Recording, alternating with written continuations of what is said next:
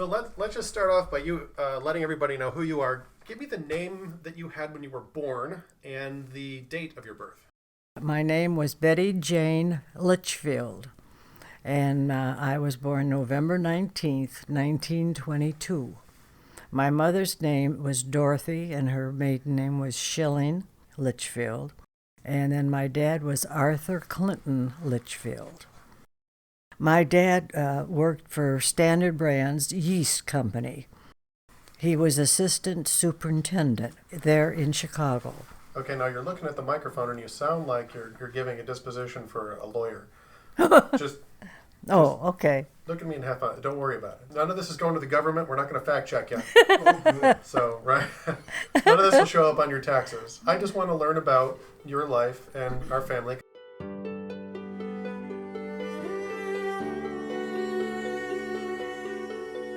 You were born and raised for the first couple of years in Chicago. Do you remember where in Chicago? No, I don't. I had the address once and lost it, but we had a nice big house. I remember that. I remember what it looked like inside. We left when I was 3 because the doctor said I had to have fresh air. So when you moved out to Elmhurst, it was It was 26 in the spring, and my brother was born April 1926. Do you remember him being added to the family? Like what your reaction was now having a baby in the house as a 3-year-old or 4-year-old? Well, I was like a mother, my mother said. She said, I told everybody, you can look at the baby, but you can't touch it. And she said, Betty, don't be so bossy. And I can remember saying that. And I called him Bud. I don't know where we got the name, but that name stuck with him. His name was Arthur Clinton Litchfield II, my dad. And but I called him Bud, and so Bud stuck with him in the family only. Of course, Okay. in school and everything, he was Arthur. Well, the 20s is when I was bit by the monkey, 1927. Yes, Jenny said you have to ask her about the monkey. I need to know about that story. I told you about that, didn't I? You did, but I don't remember all the details. Oh, well, the American Legion, which was my father was in, when a carnival would come, the men would help them set up everything. So then they told the kids, he said, tell your kids come over and get free rides. And so we went over there to the carnival. We were sitting on the picnic tables waiting our turn. And the whole high school boys were teasing the monkeys. They had 3. They used to use them in races. Ben would gamble. Monkey races. Monkey races.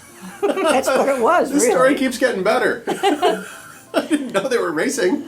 Well, one of them got loose and was heading right for a girl in front of us. They could see to her face. When I moved my arm back, and the movement got the monkey's eye, so he came and bit me instead of her, which was a blessing. Imagine a little kid getting bit in the face. You took one for the team. You took it, yeah. That's it. So you were in first grade, and you got bit by a monkey. That's a story not a lot of people can tell, especially in Elmhurst. So we had to watch our money. We got a nickel. That's all we got for quite a while. And we'd save it for an ice cream cone.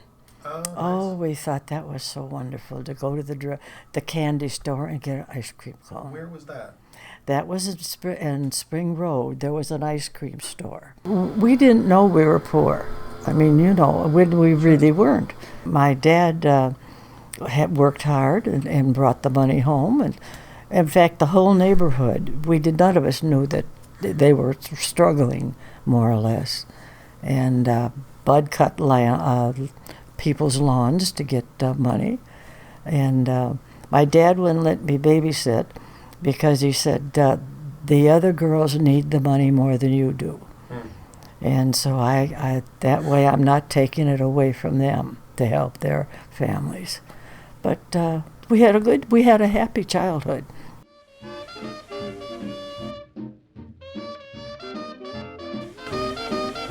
That's our dog Major. I taught him to climb up in the tree.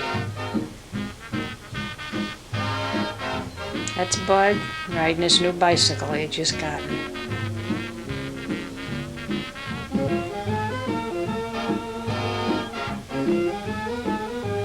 That's Phyllis and myself. We were jumping rope.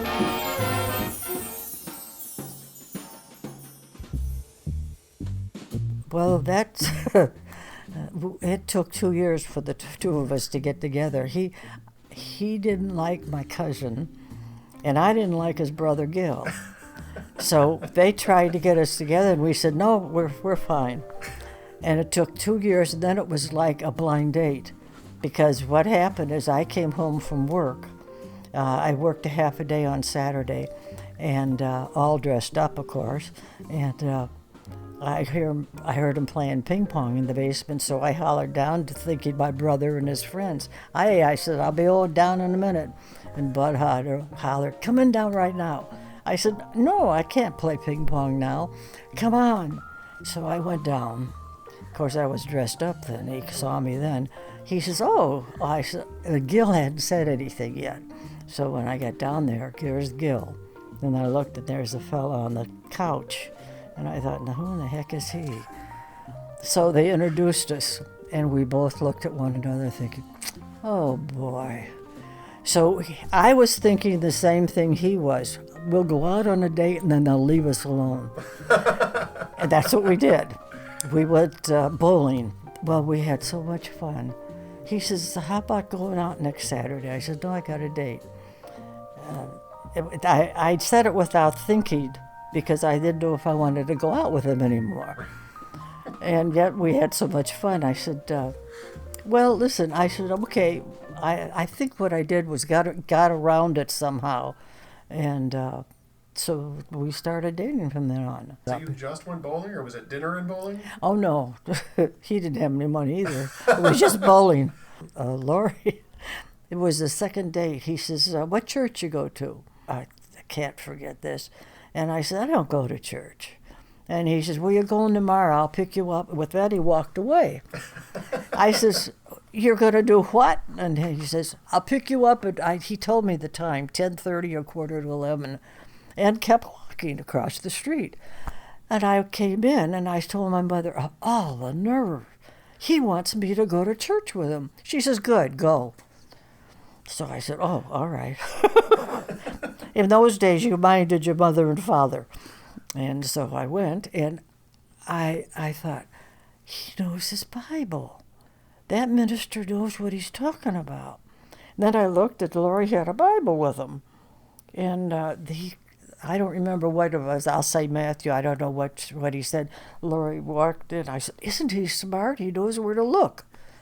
And I didn't know an old or a new. I didn't know anything about a Bible. I wasn't saved until we had 3 kids. Really? Mm-hmm. Mm-hmm. We had 3 kids. And they used to have evangelicals coming by and at different churches. And we were living then in Peoria. And it seemed like every place I went, there was a Christian family. I thought, is that all there is? I mean, during the war, and of course his mother and her friends were praying. And that's what I had. I had Christians all around me.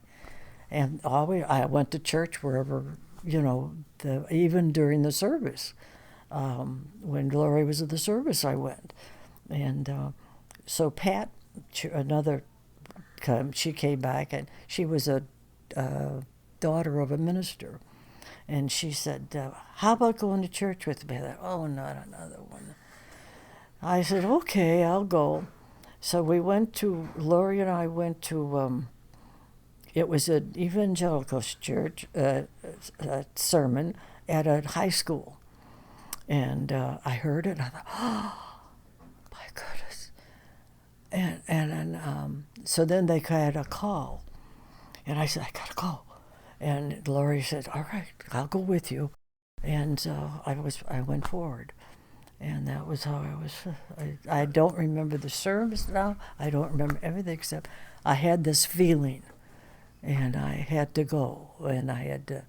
So from then on, I got into Bible studies and everything. All right. So.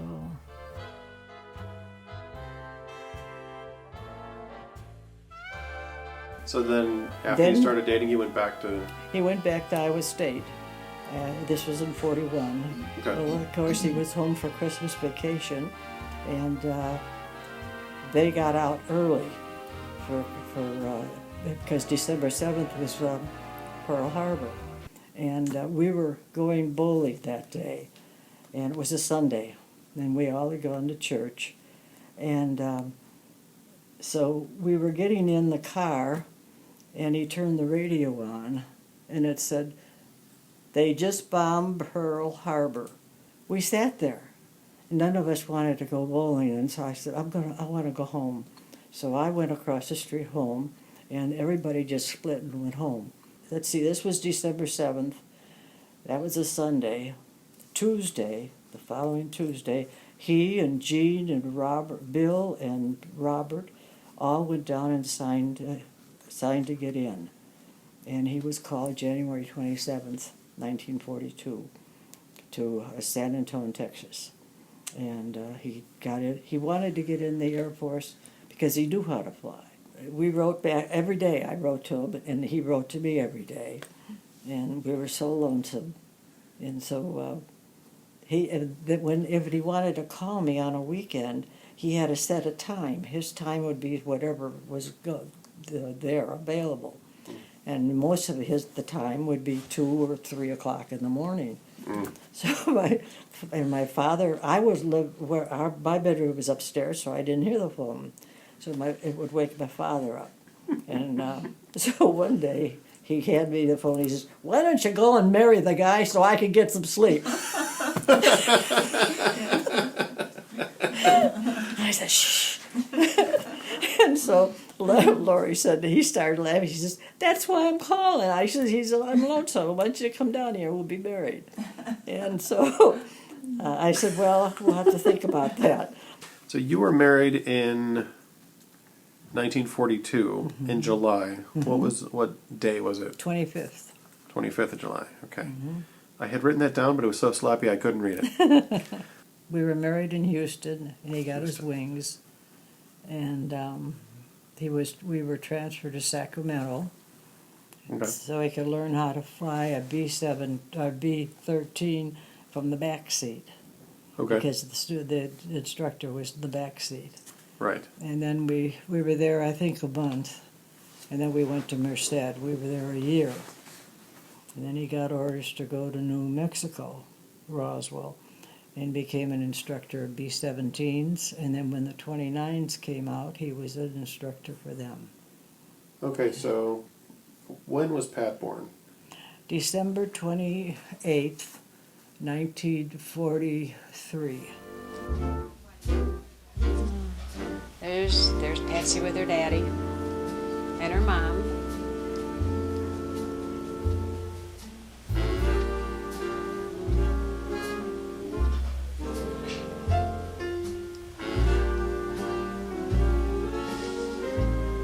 That was in the front yard of my mother's house in Dallas. Did you intend to have kids, or did it come as a surprise every time? The first one was a surprise. Okay. Because I thought, my goodness, what am I going to do? I was in the service. And I don't know how to take care of a baby. And so I started reading. And then we got to Roswell. From Merced, we were sent to Roswell in October, and she was born in December. And the squadron that I was with, the girls, we were all very friendly and close. And Lori always said, "I'm going to have a girl. She's going to have brown curly hair, brown eyes, and she's going to look like her mother." And so the fellas decided they didn't want to be near him because all he talked about was having his baby. And so I said, "It could be a boy." He said, No, it's a girl." But they had a shower for me, and it's in her baby book. Everything was for a girl. And we did have a girl. He decided that she's going to be Patsy Ann. And someone would tell us, we'd be in the officers' club or something, and someone would say, "Hey, how's your wife doing?" "She and Patsy Ann are doing fine."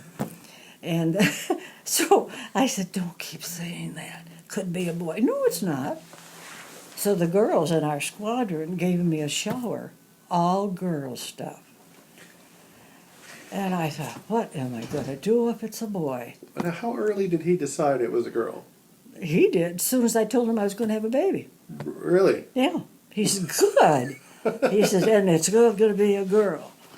So, and it was, thank heavens. Then when I was pregnant with Janice, I thought, oh no, I'm going to go through this again.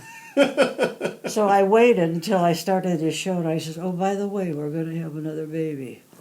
And he says, great, now let me see. I said, oh no, it's good. If it's a girl, it's a girl. If it's a boy, it's a boy. He says, well, of course. I mean, this time it was okay. Well, he didn't know that second time, apparently. Oh, and we had another girl. Now, how did you decide on the name Janice? I don't know. Well, we looked at a book that with all the names, and he Okay. thought that was nice. I had 3 children in 3 years, so I had my hands full. That's quite a bit. Yeah, yeah. Okay, so wait, hold on. But Pat was named after a doll you had as a kid. Mm-hmm.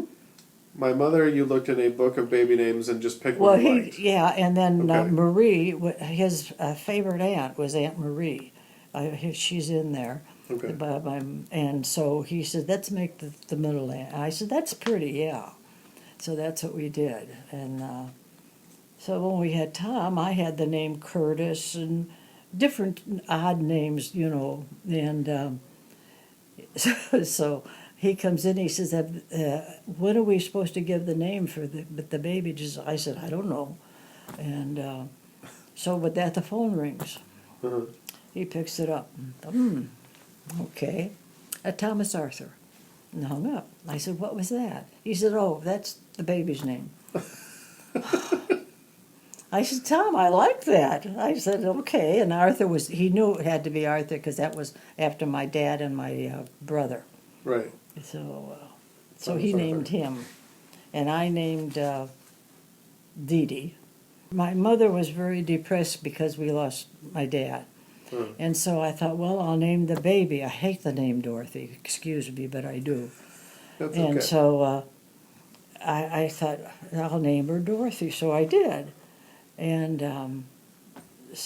but I didn't like the name, so I thought, what can I call her? Then I thought of Dee Dee down there. I thought, oh, Dorothy? Yeah, well, Dee Dee. So that's what we called her. What was her middle name?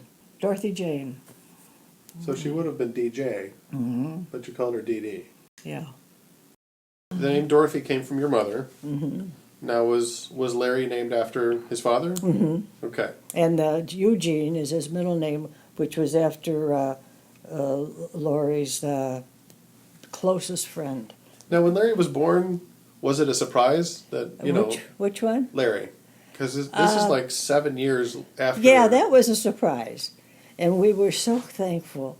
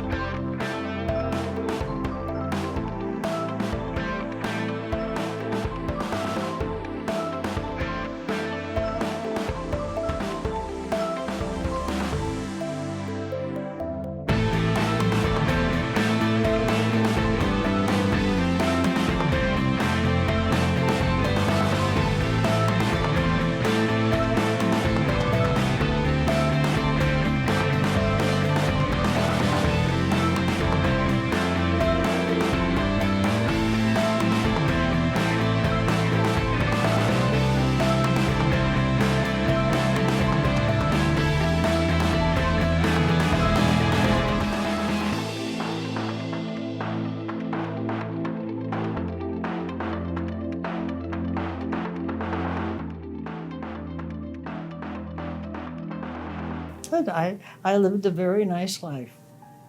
I was a happy girl and married a wonderful, wonderful man. We were married 61 years, and we worked together with the children. So I'm very fortunate.